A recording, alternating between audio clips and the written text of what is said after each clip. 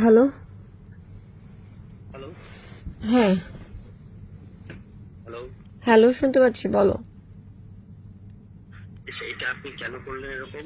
আমি কিছু করি নাই ভাই, আমি ঘুমাচ্ছিলাম।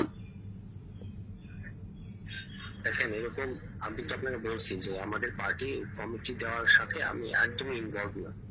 আরে তুষার, তুমি আমার কথা শোনো। আমার যেটা মনে হয়েছে, যেটা বলতে চাইছি, সেটা আমি তোমাকে একা রুমে ডেকে কথা বলছি।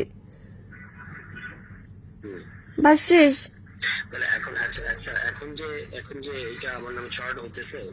আমি জানি না, আমি জানি না ভাই। আমাকে জাস্ট তুমি আমাকে পাঠাইছো। আমাকে ফয়সাল ফোন দিচ্ছে, তো আমি ফোনে ঘুম ভাঙছে, এন্ড দেন আমি লিঙ্কটা শুনলাম। তাহলে আপনার এটা ক্লিয়ার করা উচিত না আপনার জায়গা থেকে? আমার জায়গা থেকে এখন আমি কি করছি? এখন আমি বলো আমাকে কি করতে হবে, কোথায় কি করতে হবে, আমি জানি না তো। আপনি একটা ফেসবুকে হুম। অল্প কথা যেটা লিখতে পারেন কি লিখবো যে বলো? এই ফোন কলে হুম। মানে আমার দিক থেকে এরকম কোনো অভিযোগ নাই যেটার কথা বলা হচ্ছে, এই যে যৌন হয়রানি। আরেকটা হলো যে এই ফোন কলটা খুব উদ্দেশ্য প্রণীত ভাবে মানে কাটছাট করে ছাড়া হয়েছে। আরেকটা হলো যে এটা তার কাছে গেল কিভাবে? I don't know. আমি নির্ঝর নাকি এনাকে আমি চিনি না। আপনি এই প্রশ্ন করবেন যে এটা তার কাছে গেল কিভাবে?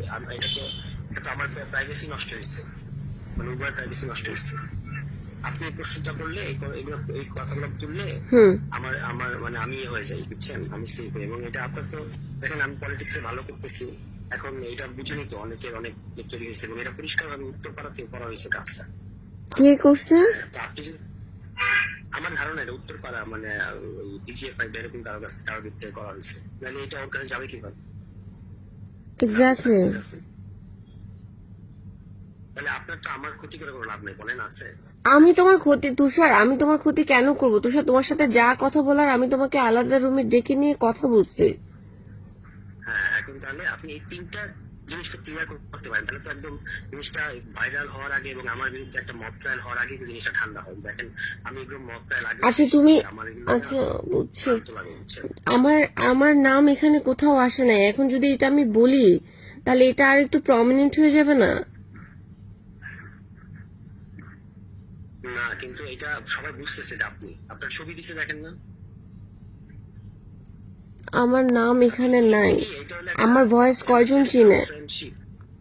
না না, এটা বোঝা যাচ্ছে যে আপনি, এটা হলো জেস্টার অফ ফ্রেন্ডশিপ। আপনার তো আমাকে এখন সেভ করা উচিত। দেখেন এটা তো আমি অবশ্যই না, শুনো, করতে চান। এখন শুনো। আমি একটা কথা বলি, আচ্ছা, আমি একটু লেলিন ভাইয়ের সাথে কথা বলে নিই। লেলিন ভাই, আমাকে একটু সময় দাও প্লিজ। আমি একা একা এভাবে কিছু ডিসিশন নিতে পারবো না। আমাদের, আমার আমার মাথা এখন কাজ করতেছে না। আমি রাত্রেবেলা 1টার সময় বাসায় আসছি এনসিপি থেকে।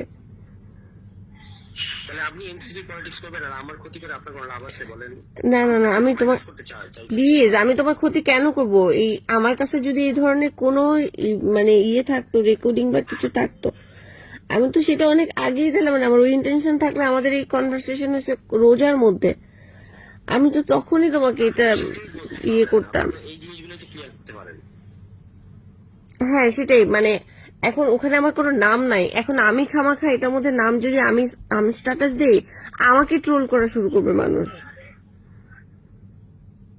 এমনিতেই আমার কত রকমের ঝামেলা, তুমি তো জানো।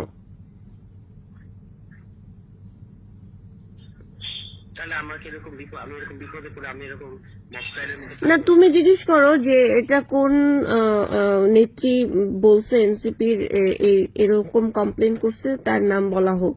যদি তারপরে আমার নাম বলে, দেন আমি হচ্ছে একটা স্ট্যাটাস দিয়ে দিব যে আমি কি করছি না করছি। আস্ক দেম, ফাইন্ড ইট, মানে ওদেরকে বলো নাম ডিসক্লোজ করতে।